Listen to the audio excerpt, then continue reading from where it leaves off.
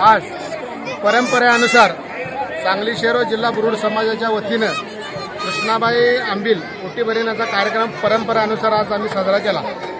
बऱ्याच वर्षापूर्वी 150 वर्षाच्या अधिकपासून ही परंपरा चालत आलेली आहे।